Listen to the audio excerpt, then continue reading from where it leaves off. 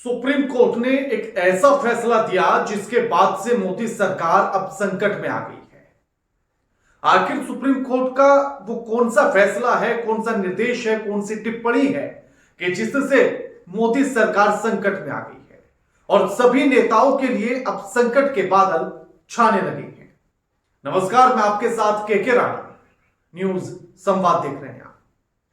साल 2016 में एक जनहित याचिका लगाई जाती है और जिस पर 2016 से होते होते अब 2024 में उस पर जब फिर से सुनवाई होती है तो सुप्रीम कोर्ट जो टिप्पणी करता है वो बड़ी महत्वपूर्ण हो जाती है। सुप्रीम कोर्ट ने जो कहा पूरे देश ने उसे सुना और ऐसा लगा कि ये बात तो आम आदमी पिछले कई वर्षों से कह रहा है। लोकतंत्र को जिंदा रखने के लिए जिस बात के लिए अक्सर लोगों ने आवाज उठाई, हमने भी जिसको कई बार कहा, आज वही बात सुप्रीम कोर्ट ने कह दी। 2016 से चलते चलते यानी कि 8 साल गुजर जाने के बाद 2025 में आकर अब फिर से उस पर सुनवाई हुई तो सुप्रीम कोर्ट ने वो कहा जो देश की जनता कह रही थी। आखिर मामला क्या था? मामला था कि दागी नेताओं को लेकर कि आखिर ये दागी नेता जिनके ऊपर क्रिमिनल केस चल रहे हैं, तमाम मामले चल रहे हैं, वो आखिर संसद के भीतर कैसे बैठ सकते हैं। अब सबसे पहले तो इस पूरे मामले को आप समझिए। वकील अश्वनी उपाध्याय ने 2016 में जनहित याचिका लगाई जिसमें जनप्रतिनिधित्व अधिनियम 1951 की धारा 8 और 9 की संवैधानिक वैधता को चुनौती दी। याचिकाकर्ता की तरफ से कहा गया कि राजनीतिक दलों को यह बताना चाहिए कि वे स्वच्छ छवि वाले लोगों को आखिर क्यों नहीं ढूंढ पा रही है। जब जब चुनाव होते हैं, चाहे विधानसभा का हो या लोकसभा का हो, एडीआर की तरफ से एक रिपोर्ट निकाली जाती है और जिसमें बताया जाता है कि आखिर कितने दागी नेता इस बार चुनावी मैदान में है। चुनाव खत्म होने के बाद, रिजल्ट आने के बाद फिर से एक रिपोर्ट एडीआर निकालता है और एडीआर ये बताता है कि कितने प्रतिशत दागी नेता आपकी संसद में या विधानसभा के भीतर हैं, कितने दागियों को आपने जिम्मेदारी दी है कानून बनाने की, कितने दागियों के भरोसे आपने अपना प्रदेश और अपना देश दे दिया है। और इस बार का जो आंकड़ा था 2024 का, वो तो बेहद चौंकाने वाला था। 2014, 2019 से भी ज्यादा दागी नेता इस बार 2024 में संसद भवन के भीतर पहुंचे, चुनकर आपके वोटों के द्वारा। और जिस पर 2014 में जो नरेंद्र मोदी और बीजेपी ने कहा था कि हम साफ छवि वालों को लेकर आएंगे संसद के भीतर, तो आखिर ये मंशा या फिर यह वादा कब पूरा होगा? 2014 के बाद भी यह सवाल कई बार पूछा गया, लेकिन जवाब तो कभी सरकार की तरफ से मिलता ही नहीं है। लेकिन जो बात आज सुप्रीम कोर्ट ने कही इस फैसले के बाद, 12 तारीख को जब सुनवाई हुई तो सुप्रीम कोर्ट ने कहा जो वो बड़ा महत्वपूर्ण है। सुप्रीम कोर्ट ने कहा कि कानून तोड़ने वाला आखिर कानून बना कैसे सकता है। और ये सवाल तो ये देश, ये लोकतंत्र, ये संविधान कई वर्षों से सरकार से, सत्ताधारियों से पूछ रहा है, लेकिन उसके इस सवाल को कोई सुनने के लिए तैयार ही नहीं है। लेकिन यही बात मजबूरन अब सुप्रीम कोर्ट को बोलनी पड़े। अब मामला समझिए। क्या दोषी सांसद और विधायकों को चुनाव लड़ने पर हमेशा के लिए बैन लग जाना चाहिए? सुप्रीम कोर्ट इस मामले पर सुनवाई के लिए तैयार हो गया है। कोर्ट ने सोमवार को केंद्र सरकार और चुनाव आयोग से इस पर 3 हफ्ते के भीतर जवाब मांगा है। महज 3 हफ्तों का समय दिया गया और चुनाव आयोग से पूछा कि आप इस पर क्या कहना चाहते हैं, हमें बताइएगा लिखकर। कोर्ट ने कहा कि अगर केंद्र सरकार और चुनाव आयोग तय समय में जवाब भी नहीं देते हैं तो वे मामले को आगे बढ़ा देंगे। कोर्ट ने अगली सुनवाई के लिए 4 मार्च की तारीख मुकर्रर कर दी है। कोर्ट ने कहा कि दोषी नेताओं पर केवल 6 साल तक के लिए ही चुनाव न लड़ने पर प्रतिबंध है। अभी तक का नियम यह है कि अगर किसी पर कोई केस हो गया है, वो किसी मामले में दोषी ठहरा दिया गया है, तो 6 साल के लिए वो चुनाव नहीं लड़ सकता। राहुल गांधी के मामले में भी आपने सुना होगा, जब उन्हें दोषी ठहरा दिया गया था तो ये बात निकलकर सामने आई थी कि 6 साल के लिए अब चुनाव नहीं लड़ पाएंगे। लेकिन क्या सिर्फ 6 साल चुनाव ने लड़ना इसका एक समाधान है या नेताओं ने अपनी मर्जी से पूरी कहानियां और कानून बनाने की कोशिश की है? अब इसमें जो सुप्रीम कोर्ट ने एक लाइन कही वो बड़ी महत्वपूर्ण है। सुप्रीम कोर्ट ने कहा कि अगर किसी सरकारी कर्मचारी को दोषी ठहराया जाता है तो वह जीवन भर के लिए सेवा से बाहर हो जाता है, उसे सस्पेंड कर दिया जाता है, दोबारा वो कोई सरकारी नौकरी नहीं कर सकता। फिर दोषी व्यक्ति संसद में कैसे लौट सकता है? कानून तोड़ने वाले कानून बनाने का काम आखिर कैसे कर सकते हैं? हम तो हैरान हैं चीज पर। बाकी आप हैं या नहीं है मुझे नहीं पता। और सुप्रीम कोर्ट ने एक और बड़ी बात कही, राजनीति का अपराधीकरण एक बड़ा मुद्दा है और चुनाव आयोग को इस पर ध्यान देना चाहिए। हमें यह बताना चाहिए कि जो व्यक्ति सरकारी सेवा में बने रहने के योग्य नहीं है वो आखिर मंत्री कैसे बन सकता है?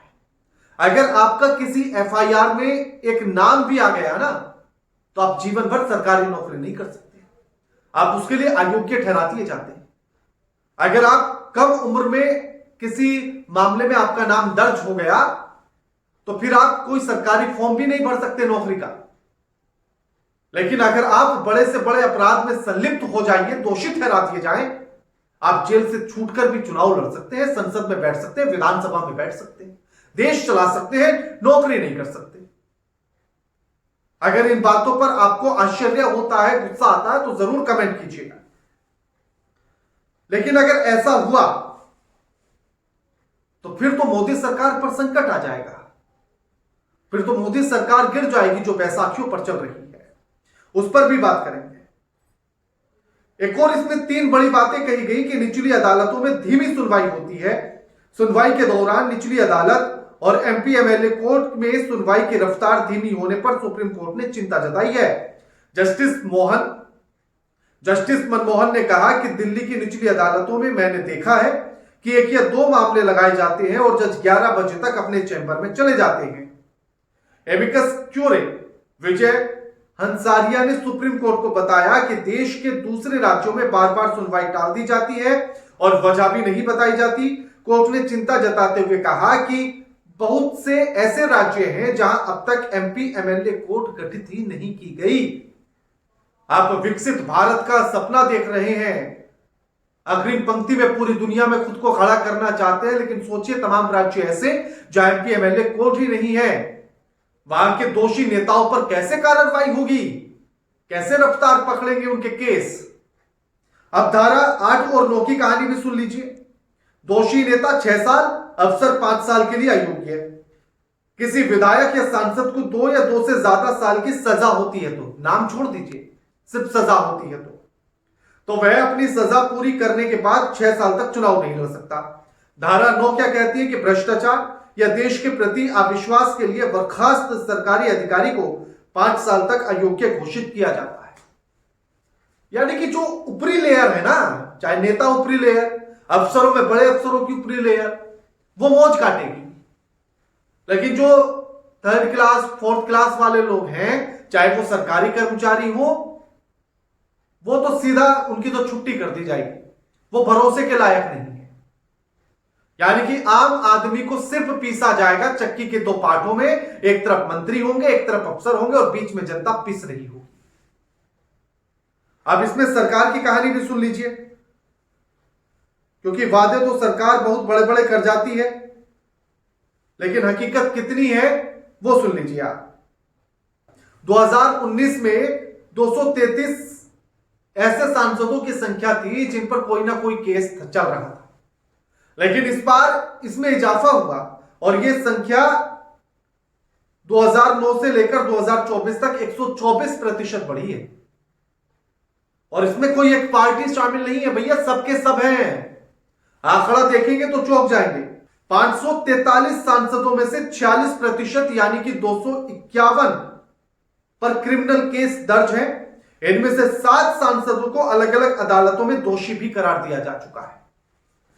233 थे 2019 में, इस बार 251 है जो आप पर राज कर रहे हैं, जो आपका देश चलाने की बात कर रहे हैं, आपके लिए नए नए कानून बनाने की बात कर रहे हैं। और कितनों पर तो 27 सांसदों पर तो अलग अलग कोर्ट ने उन्हें दोषी भी ठहरा दिया है, लेकिन फिर भी वो तो चांदी काट रहे हैं अपनी, और आप सड़कों पर धूल फाक रहे हैं। और सुनिए आंकड़ा, यह आंकड़ा और भी बेहतरीन है। 2009 में दागी सांसद 162 और जिन पर गंभीर अपराध थे वो 76 थी उनकी संख्या। 2014 में जब प्रधानमंत्री नरेंद्र मोदी ने कहा था कि संसद को दोषी मुक्त किया जाएगा, यानी कि जो दोषी नेता होगा वो चुनाव में नहीं लड़ेगा, संसद में ऐसा कोई व्यक्ति नहीं होगा जिस पर किसी तरह का कोई मामला या गंभीर अपराध के मामले जिन पर नहीं होंगे। अब आंकड़ा सुन लीजिए 2014 का है। 2014 में दागी सांसदों की संख्या थी 185 और गंभीर अपराध की संख्या, जिन पर गंभीर अपराध के मामले चल रहे थे, ऐसे सांसदों की संख्या थी 112। 2019 में और इजाफा होता है, दागी सांसदों की संख्या 233, गंभीर अपराध वाले सांसदों की संख्या 159। और भाई साहब 2024 में तो रिकॉर्ड तोड़ा, 251 दागी सांसद, गंभीर अपराध वाले 170 सांसद। बहुत अच्छे, ये चलाएंगे आपका देश। अब सोचेगा कि जैसे तैसे बैशाखी पर चल रही है, क्योंकि बीजेपी के भी जो सांसद दागी हैं उनकी भी संख्या कम नहीं है। 39% दागी सांसद हैं बीजेपी के। एनडीए का आंकड़ा और बड़ा है। अब सोचिए अगर सुप्रीम कोर्ट कोई ऐसा फैसला सुना दे और उन सांसदों की सदस्यता चली जाए तो फिर तो सरकार अल्पमत में आ जाएगी, वैसे ही डामाडोल वाली स्थिति में। तो इसीलिए सरकार पर संकट है। मोदी शाह को टेंशन तो हो ही रही होगी, सभी राजनीतिक पार्टियों को टेंशन होगी। ऐसे में एक दूसरे पर आरोप प्रत्यारोप का खेल आपको नहीं दिखाई देगा, क्योंकि चाहे कांग्रेस हो, समाजवादी पार्टी हो, आम आदमी पार्टी हो या फिर बीजेपी हो या और अन्य छोटे मोटे दल हो, सब में दागियों की भरमार है। और बीजेपी ने तो जिन पर भ्रष्टाचार के आरोप लगाए उन्हीं को अपनी तरफ ले लिया, या तो अपनी पार्टी में शामिल कर लिया या अपने गठबंधन में शामिल कर लिया। तो उससे तो महान पार्टी कोई है ही नहीं, और वही आपका देश चला रहे हैं, वही आपको ज्ञान बांटते हैं। तो इसीलिए अगर सुप्रीम कोर्ट का फैसला आ गया, उनको, उन सांसदों को अगर अयोग्य ठहरा दिया गया, तो मोदी सरकार का गिरना तय हो जाएगा।